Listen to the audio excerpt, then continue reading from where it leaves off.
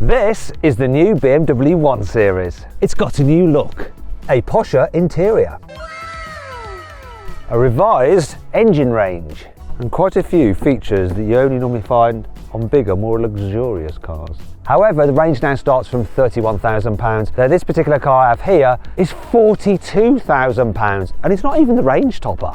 So, is it worth it? Well, I'm going to tell you everything you need to know in this video review. I'm Matt Watson, and you're watching CarWow.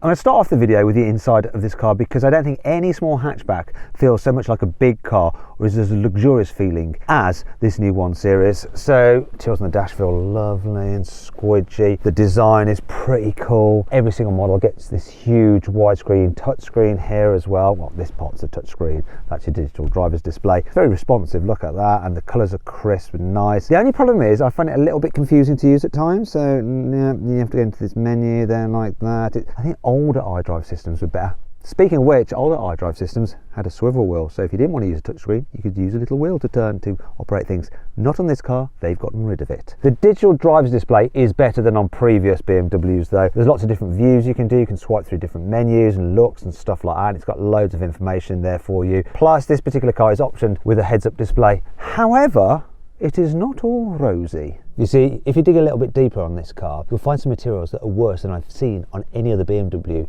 for the past 10, even 20 years. The trim here from this door pocket, it's not great. But the worst bit is this, look. This trim here is horrendous. It almost makes the car feel a bit pre-production-y. Even Mercedes wouldn't pull that shit.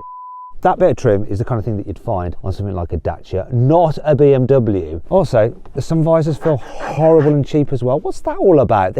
These little areas just let the car down, but the worst thing is the indicator stalks. They're just so flimsy and cheap sounding. Listen to this.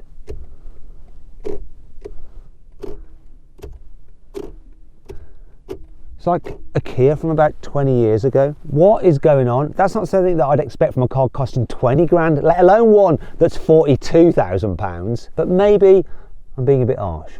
You see, the range kicks off at £31,000 for the Sport, but you need to spend the extra £2,000, so 33 grand, to get the M Sport because you get some key upgrades like a more aggressive front bumper, M badging, and these wonderful M Sport seats, which I think are the best seats in any small car on sale right now. They are so lovely. There's something else you get if you have the M Sport, and that's M Sport suspension, which is very handy if you enjoy this sporty driving car. It stiffens at the dampers, so the car stays flatter through the bends, and it really does feel genuinely sporty. So the steering is responsive, plenty of grip, and yeah, this car can go down a twisty road as fast, well, faster than the speed limit would allow you.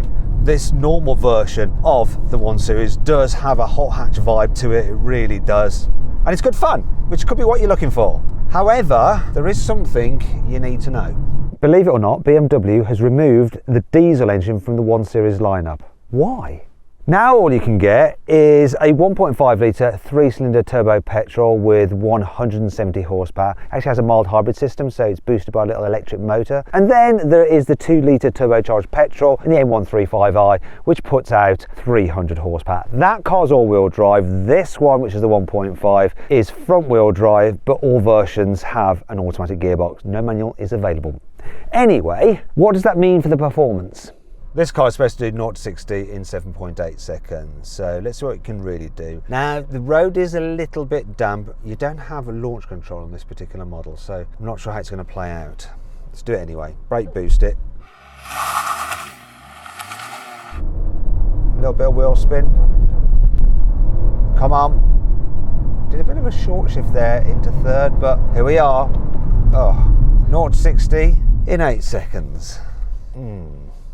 Not quite as sporty as I hoped. Still, on the flip side, at least it looks quick, it really does. And there's a real racy look to the design of this car, especially the front. This bit here, these indentations remind me of those on the M3, but without the kind of Bugs Bunny teeth, silly beaver face grille. Wheel sizes start at 17 inches on the Sport, rising to 18s on the M Sport and going up to 19 inches if you have the M135. This particular car is fitted with the M Sport Pack Pro. So that includes some styling upgrades such as M Sport brake calipers in red. You also get the Shadow Line pack, which is like darker trim bits around the windows and such. Inside you get the tricolor on the seat belts, love that. You also get the M steering wheel as well. And the pack also includes this spoiler. Guess how much it is though, the pack? It's £2,075. What? Here at the back, it's quite a good looking car. I'm not convinced though by this fake diffuser, and I'm a little bit disappointed you can't see the exhaust pipe. It's hidden underneath. Obviously you can on the M135. Now, can you spot something a little bit odd about the back end of this car that's a bit different to other 1 Series from the past? Something to do with numbers? Let me know in the comments. I'm not going to tell you. Now, I must apologise for how dirty this car is. I'd like to show you this beautiful purple paint. Now, you probably wouldn't go for this purple paint if you're buying it with your own cash, but if you're leasing it, you'd have to worry about depreciation because it's all built into the cost. You could go for something exciting like this paint scheme, and that's what I would do. Now, I do want to show you something. So this is one of the reasons we didn't wash the car. Honestly, it's not because we're lazy. It's because I want to illustrate this. With many cars, I criticise the fact that the rear window wipers are very small and they don't clear much of the rear window. However, on this BMW, have a look at this. I'll stand back. Look how much of the windscreen it's sweeping. You can stop now, I'm getting wet. That is actually really good. That's less good, but anyway. I'll tell you what I do like though. Can you show us the lights? I think the light design's quite nice. This is what they look like at the front. That brings us on to 5 cool features about the new 1 Series. The 1 Series is available with something called BMW's reversing assistant. It allows the car to retrace its steps, so if you're driving in somewhere, it'll just play your driving backwards and you don't have to do anything, it'll turn the wheel for you. So I'll show you this happening now. They've just driven that car past me, so come on then. The driver is not going to touch the steering wheel, and look, it's going to go around me. At least I hope it's going to go around me. Is it? Oh, where's my feet? Worry, no, it's all fine, look. Yay! Clever, clever, clever. Now that feature is part of the Tech Pack Pro and it costs £2,750, but it includes other bits and pieces like the heads-up display, the adaptive LED lights and keyless entry. You can get the car with a panoramic glass roof, which does make it feel lighter inside. It even opens, look. Oh yeah! However, it's a £1,050 option.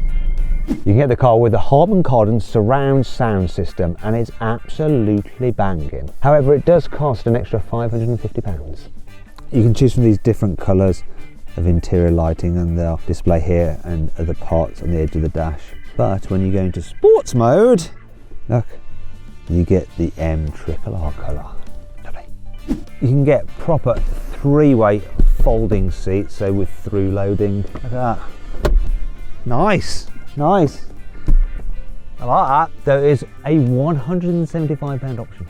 However, that does bring on to 5 annoying things about the new BMW 1 Series. There's no physical buttons for the climate control. You have to do everything through the screen, which is a bit of a faff, so you have to hit that and you've got to turn it on. They have these little icons for the fan speed and go away. Oh, and if you want automatic climate control, it's actually a £480 option. This sloping roof line actually makes it all too easy to bang your head when you're getting into the car. So I've done it quite a few times. You just catch it there like that, It's just lower than you expect. Unless you're in sports mode, you have this stupid thing instead of a rev counter. It's a power meter. I know this is a mild hybrid and you want to see how efficient or how much power you're using, but can't we just have a rev counter, please? What's wrong with a rev counter? The key for this car feels very, very cheap, but they do give you this little leatherette pouch and it's got this special thing to help lift the key out of the pouch. See that mechanism in there? However, if you put this in, like that, it's so tight that you absolutely can't get it out using that thing. You just can't. So if you want to get it out, you need a screwdriver. You can sort of like prise it out. There we go. How good is it? In the past with BMWs, you change the driving mode by pressing a button down here.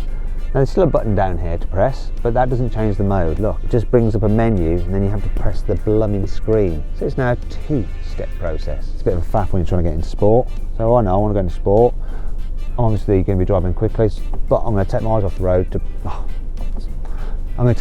road to go into sport. Brilliant.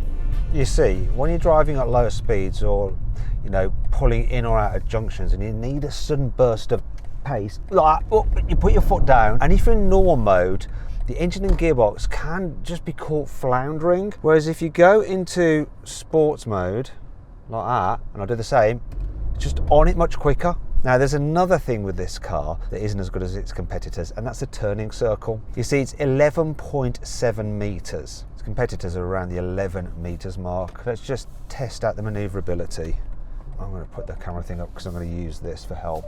So actually the light steering's helping me out here. Visibility is actually pretty decent, to tell you the truth, apart from the big blind spot caused by the back pillar. But these cameras and stuff like that really do help you out. So it does make the maneuvers easier than they might be when you consider that it's not quite, you know, physically as maneuverable as its competitors. In fact, the turning circle on this car is slightly worse than on the old 1 Series, which is odd. And there's something else that's not quite as good as on the old 1 Series. Bizarrely, if you have the 2-litre version of this car, the 135, then you have a big capacity of 380 litres. On this version though, the 120, it's 300 litres. That's because of the mild hybrid system. Look, it eats into boot space. See this under there? That's your underfloor storage. If you have the M135, you get all of that space as underfloor storage. However, there is one benefit of the mild hybrid system. You see, the mild hybrid system can fill in the torque gap when you put your foot down before the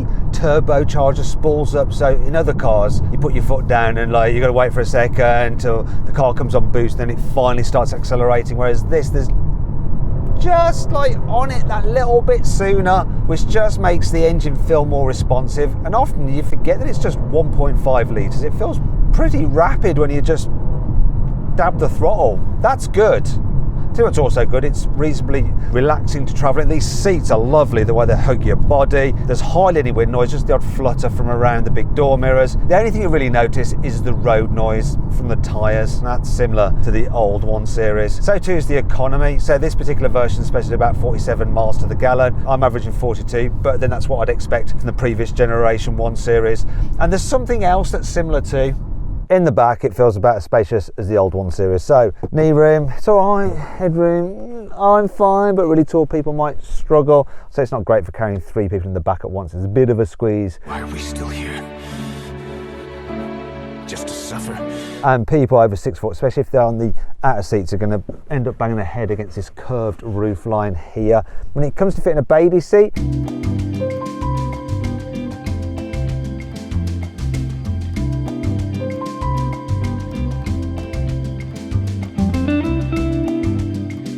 there's enough room for a baby seat. We just can't fit it on the Isofix, even though the Isofix is easy to get to, because we don't know how to operate this baby seat. It seems a bit broken and a bit crap. It's also not a rear facing one, so let's just see if we had a rear facing one, if there'd be enough room. Probably just. However, there is an area where this car is rather good. It's the in-car storage. So look, door bins, you can fit a big bottle in them, and there's more space here. You've also got storage under here.